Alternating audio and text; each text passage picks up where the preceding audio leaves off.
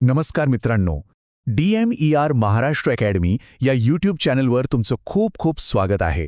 आज आपण जिल्हा परिषद आरोग्य सेवक परीक्षेबद्दल सगळं काही जाणून घेणार आहोत. म्हणजे त्याचा नेमका पॅटर्न कसा आहे, अभ्यासक्रम काय आहे, सगळं काही. चला तर मग तुमच्या स्वप्नांना एक नवी दिशा देऊया आणि तयारीला लागूया. तर आज आपण काय काय पाहणार आहोत त्याची एक छोटीशी रूपरेषा आहे. सगळ्यात आधी आपण परीक्षेची नवीन रचना समजून घेऊ. त्यानंतर नॉन टेक्निकल आणि टेक्निकल विभागांचं महत्त्व काय आहे ते पाहू. आणि शेवटी टेक्निकल अभ्यासक्रमामध्ये नेमके कोणते विषय आहेत यावर सविस्तर बोलू. तयारी सुरू करण्याआधी प्रत्येकाच्या मनात हाच प्रश्न असतो, बरोबर ना? की नेमका परीक्षेचा पॅटर्न काय आहे, अभ्यासक्रम काय आहे? तर चला, आज आपण ह्याच प्रश्नाचं अगदी व्यवस्थित उत्तर शोधूया. चला तर मग सुरुवात करूया परीक्षेच्या मूळ संरचनेपासून. म्हणजे परीक्षेचा साचा कसा आहे हे आधी समजून घेऊया. तर बघा, संपूर्ण परीक्षेमध्ये तुम्हाला सामोरे जायचे आहेत 100 प्रश्नांना. आणि हो, प्रत्येक बरोबर उत्तरासाठी तुम्हाला मिळणार आहेत 2 गुण. म्हणजे एकूण 200 मार्कांची ही परीक्षा असणार आहे. आता हे 100 प्रश्न नेमके कसे विभागले गेले आहेत हे समजून घेणं खूप महत्त्वाचं आहे. चला तेच पाहूया. तर इथे एक स्पष्ट विभागणी आहे.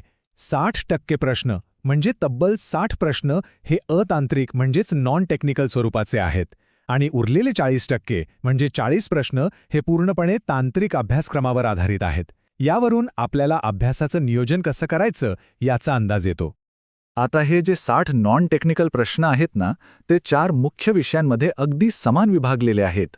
मराठी, इंग्रजी, सामान्य ज्ञान आणि बौद्धिक चाचणी या प्रत्येक विषयावर बरोबर 15-15 प्रश्न विचारले जाणार आहेत. इथे एक गोष्ट लक्षात ठेवली पाहिजे. बौद्धिक चाचणी म्हणजे फक्त रिझनिंग नाही, तर यामध्ये गणित आणि तर्कशास्त्र या दोन्ही विषयांवरचे प्रश्न एकत्र विचारले जातात. चला आता आपण वळूया त्या भागाकडे जो तुमच्या निवडीमध्ये निर्णायक ठरू शकतो. तो म्हणजे तांत्रिक विभाग. मित्रांनो, तब्बल 40 प्रश्न म्हणजे एकूण 80 गुण हे फक्त आणि फक्त तांत्रिक विभागावर अवलंबून आहेत. त्यामुळे हा भाग परीक्षेतील सर्वात जास्त गुण मिळवून देणार आहे. म्हणूनच या विभागात प्रावीण्य मिळवणं खूप महत्त्वाचं आहे. ठीक आहे, तर मग ह्या 40 प्रश्नांसाठी आपल्याला नेमकं काय काय वाचायचं आहे? चला आता त्याचा सविस्तर अभ्यासक्रम पाहूया. अभ्यासक्रमाची सुरुवात होते ती भौतिकशास्त्र आणि रसायनशास्त्राच्या मूलभूत संकल्पनांनी. यामध्ये गुरुत्वाकर्षण, रासायनिक अभिक्रिया, विद्युतधारेचे परिणाम आणि अवकाश मोहिमा यांसारख्या महत्त्वाच्या घटकांचा समावेश आहे. त्यानंतर अभ्यासक्रम जीवशास्त्र आणि पर्यावरण विज्ञानाकडे वळतो. यामध्ये भिंग, आनुवंशिकता, सजीवांमधील जीवन प्रक्रिया, सूक्ष्म जीवशास्त्र आणि आपत्ती व्यवस्थापन यांसारख्या विषयांचाही समावेश आहे. थोडक्यात सांगायचं तर यशाची गुरुकिल्ली या दोन्ही भागांच्या संतुलित अभ्यासात दडलेली आहे. 60 अतांत्रिक प्रश्न आणि 40 तांत्रिक प्रश्न या दोघांनाही योग्य वेळ आणि महत्त्व देणं गरजेचं आहे.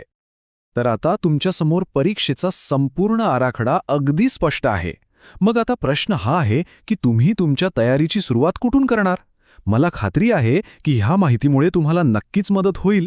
आणि जर तुम्हाला DMER बद्दल अधिक माहिती हवी असेल तर आमचा तो व्हिडिओ नक्की बघा.